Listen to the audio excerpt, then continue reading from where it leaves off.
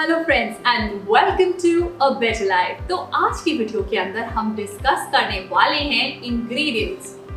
Is it some cookery show? No.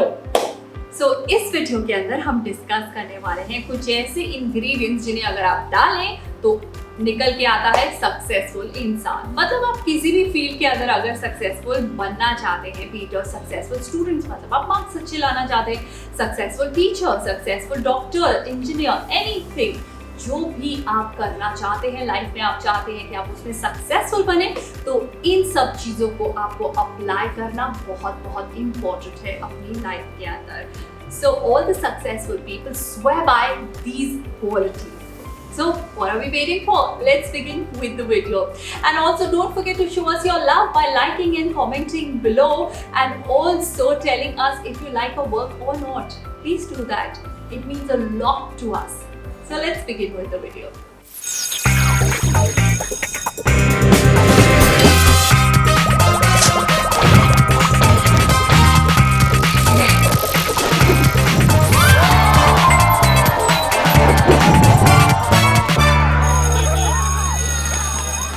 Point number one is proactive approach.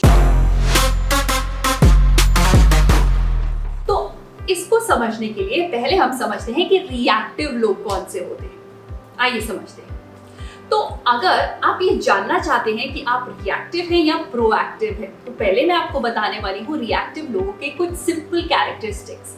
और अगर ये सब कैरेक्टरिस्टिक्स आपकी पर्सनैलिटी में भी हैं, तो आप समझ जाइए कि आप रिएक्टिव हैं। सो रिएक्टिव लोग वो होते हैं जो अपने हर काम को एंड मोमेंट पे करते हैं, और जब वो एंड मोमेंट पे करते हैं तो उनके ऊपर इतना सारा काम आ जाता है that they feel overwhelmed with the work. ये वही लोग होते हैं जिनको जितनी इंस्ट्रक्शंस मिली जाए तो वो उतनी ही इंस्ट्रक्शंस पूरी करते हैं, मतलब वो अपनी तरफ से कुछ भी एक्स्ट्रा नहीं देना चाहते। And on top of that उनको ऐसा लगता है कि जो उनको काम मिला है वो तो बहुत सारा है और इसको कैसे कम किया जाए। ये वही लोग होते हैं जो चेंजेस से बहुत दूर भागते हैं और हमेशा वो कोई ना कोई एक्सक्यूज ढूंढते हैं कि उनको काम ना करना पड़े। ये कोई भी नई चीज लर्न करना बिल्कुल भी नहीं पसंद करते हैं, बिकॉज इनको लगता है दैट वी नो इनफ और इससे ज्यादा हमें जानने की जरूरत नहीं है। ऑन द अदर हैंड होते हैं प्रोएक्टिव लोग। तो ये प्रोएक्टिव लोग कौन होते हैं?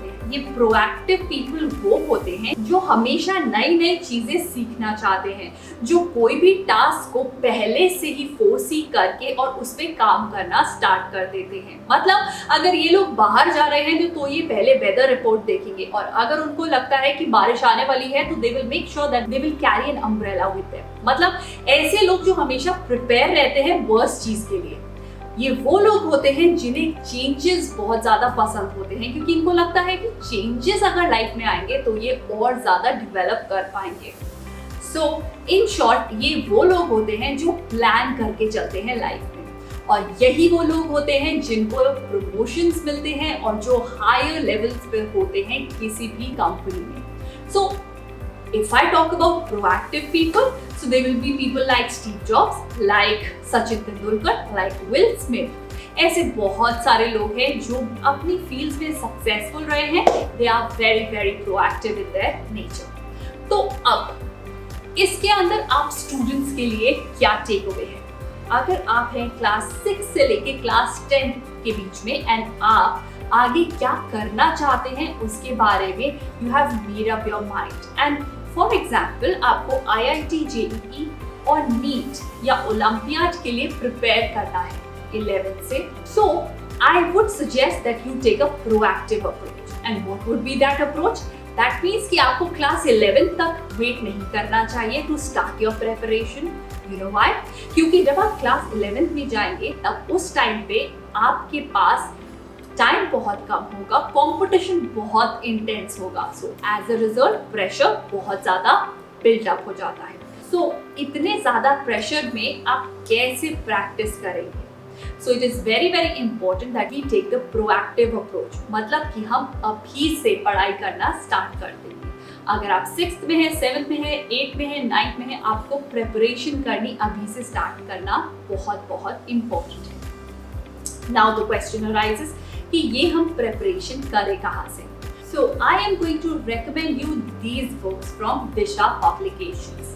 इन बुक्स को बोला जाता है फाउंडेशन बुक्स, तो ये क्लास 6 से क्लास 10 के लिए होती है। So now you will ask me कि इतनी जल्दी प्रिपेयर करना क्यों है? Because it's not difficult. You know why? Because in books को स्पेशली इस तरह से डिजाइन किया गया है कि ये आपके CBSE के सिलेबस के अकॉर्डिंगली बनी है।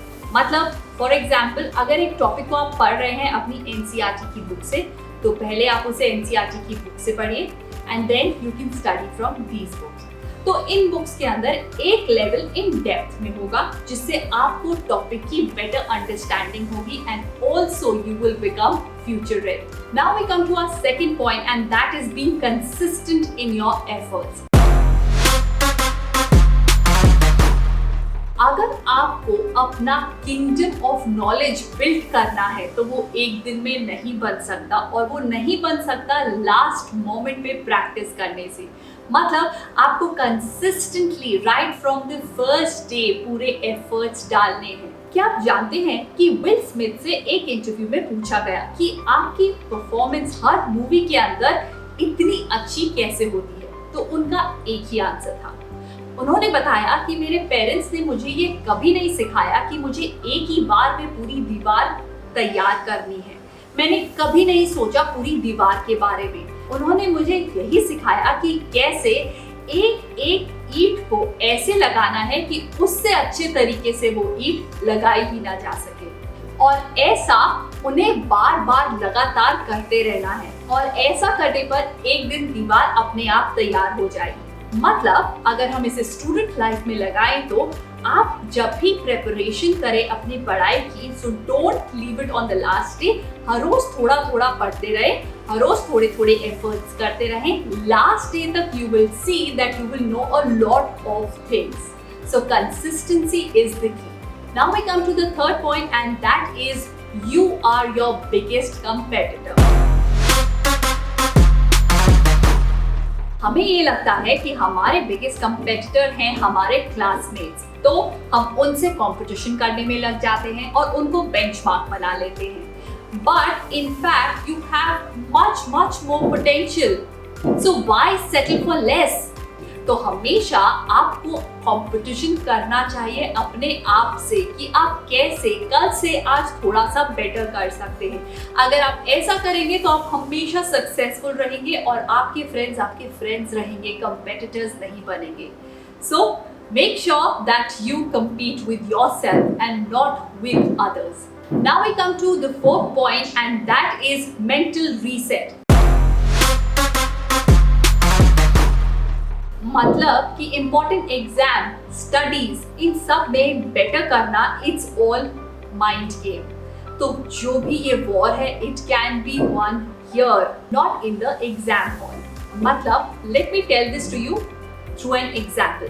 जब सचिन तेंदुलकर से ये पूछा गया कि जब इतना ज्यादा प्रेशर होता है फील्ड में तो वो कैसे इतना अच्छा परफॉर्म कर लेते हैं, तो उन्होंने बोला कि जब भी मुझे लगता है कि प्रेशर बहुत ज्यादा होने वाला है तो मैं दो चीजों पे ध्यान देता हूँ।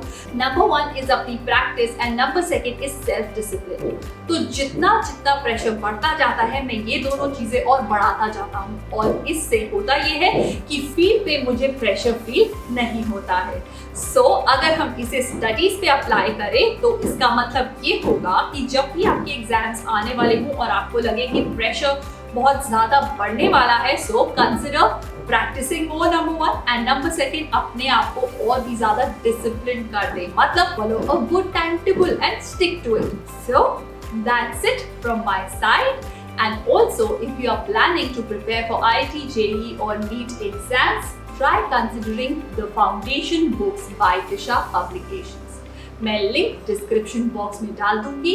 Make sure that you do check this out. So I'll see you in my next video. Till then, take care and stay productive. Bye bye.